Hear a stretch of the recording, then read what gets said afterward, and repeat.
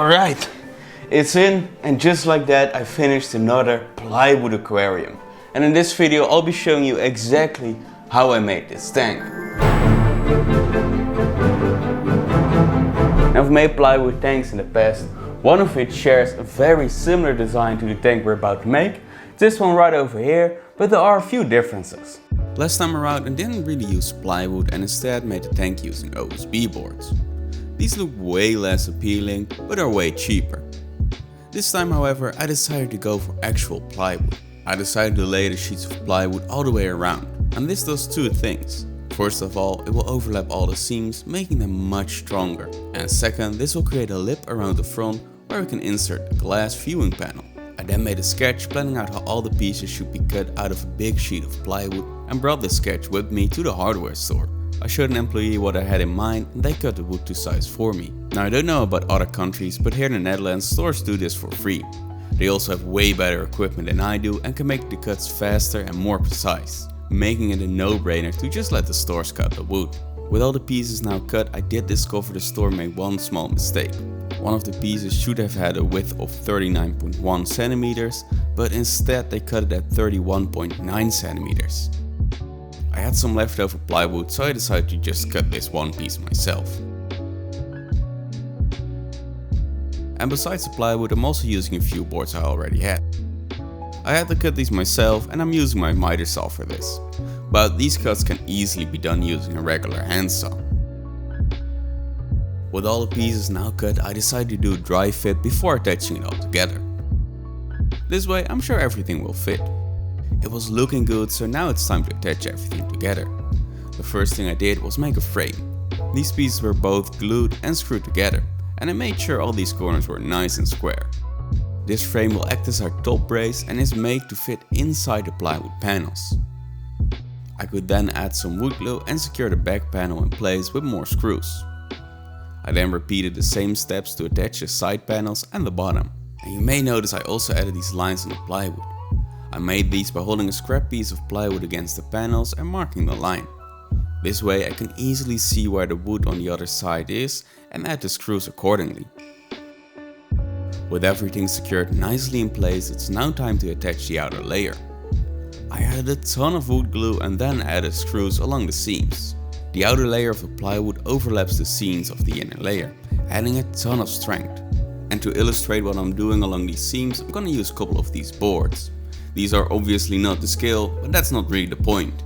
On the inner layer we have screws running this way. Now, by adding a back panel we're already overlapping the seams, adding a lot of strength. But we're also gonna add a screw running in this direction. And by adding the outer side panels we're overlapping the seam once again and adding even more screws running in this direction. All of this makes the seams super strong. They are typically the weakest part of a build like this, and if the tank is gonna leak, it's gonna be at the seams. So making sure these are as strong as possible is always a good idea. With all the plywood in place, I also made a second frame to strengthen the brace and to finish the lip around the front. I also decided to plug the holes left by the screws with some small dowels, and before we can continue, we now have to let all the wood glue dry overnight. The next day I could trim the dowels and start sanding the inside of the tank. Off camera I also added some wood filler along the seams. This was probably not necessary since all the seams were nice and tight, but I wanted to make sure there were no gaps at all. Next I vacuumed out the dust and wiped down the entire inside with a damp cloth to really make sure I got all the dust out. The tank is now ready for waterproofing, and you generally have two options for this. You could either use liquid rubber or epoxy resin. On the tank I made 2 years ago I did use liquid rubber, which is a bit cheaper and a bit easier to apply. However, the downsides of this stuff is that it does remain somewhat sticky once dried and tends to discolor a bit in the water, becoming more of a brownish color. None of that is visible on this tank, so I don't really mind. And with what I have in mind for the new tank, you won't really see any of it either. For this project I would also like to try something new, so we're gonna go with epoxy resin for this one, and then I can see which product I like best. The brand I use here is clear, but I want it to be black, so I also mixed in an epoxy pigment. I stirred it very thoroughly to make sure it was all properly mixed, and then applied it to the tank using a paint roller. The instructions that came with the resin did warn me not to use a sponge roller, as this will introduce a lot of air bubbles into the resin. So I used one of these hairy ones. I applied the epoxy from top to bottom, making sure I got it into all of the seams. If this thing leaks, I want epoxy to leak through it first and fill in the cracks. The instructions said that this particular brand can be applied wet on wet.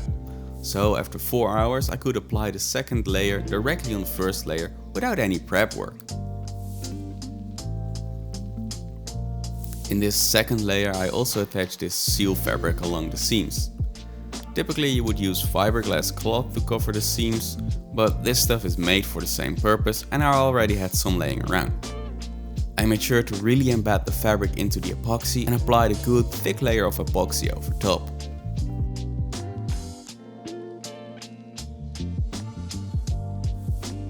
I then decided to let the first 2 layers cure completely before applying the third and final layer. This does mean I have to sand the epoxy down a bit before applying the final layer to make sure it can grab on. I also trimmed off the excess fabric and then mixed up the final batch.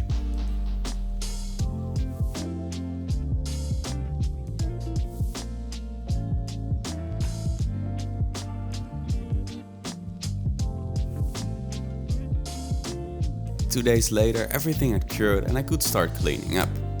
I did use some masking tape to make sure the epoxy would only be applied on the inside, but some of it creeped underneath the tape, which meant I had to sand the top of the tank again.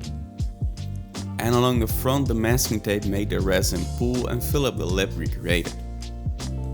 But this was easily removed using a box cutter. Next I also wanted to make a nice looking frame for the viewing panel, similar to the first tank I made. All of the woodworking is now done, so onto the glass. When I made the first tank I managed to get a free aquarium online that I disassembled for the viewing panel. And for this tank I'm actually using glass from the same free aquarium. However, this new tank is just slightly smaller than the first one, meaning I have to cut 2 centimeters off the glass. I do have some decent glass cutting skills, but long narrow pieces do make me nervous.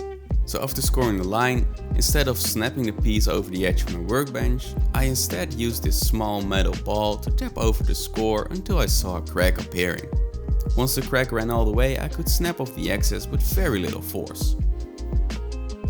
I sanded down a newly created edge with some wet sandpaper to prevent cuts later in the process. The final step before attaching it all together is preparing the tank. The silicone won't stick properly to the epoxy unless we scratch up the surface, so I sanded the 2 cm wide strip around the entire perimeter. Next I taped off the glass and the tank with some masking tape. This will help me make cleaner beads of silicone. Finally I rubbed down both the tank and the glass with some isopropyl alcohol to get rid of oils and debris, and then attached everything together. I started by adding a little bit of wood glue along the outside of the lip and then added silicone along the inside of the lip of the tank. I then lowered the glass in place and gently pressed down on it to make sure the silicone spreads out more.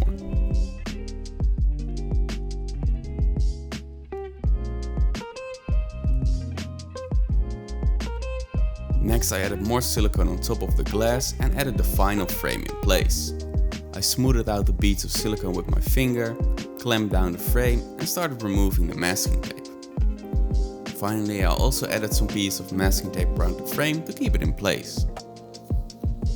2 days later everything is dry and it was time to check if this thing could even hold water. I laid down a few boards outside, placed the tank on top and start filling it up. I was fairly confident it would hold, but still this part does make me slightly nervous. 5 hours later there were no signs of leaking and I emptied the tank again. This meant I could now start staining the wood so it would match my other tanks. Finally I also added a layer of varnish to protect the wood and then placed it in its final location.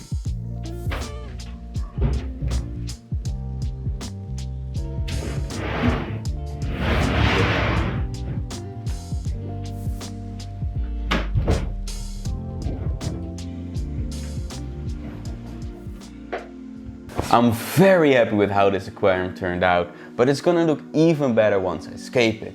Now the scape is gonna be really unique. I haven't seen anything like it on YouTube yet.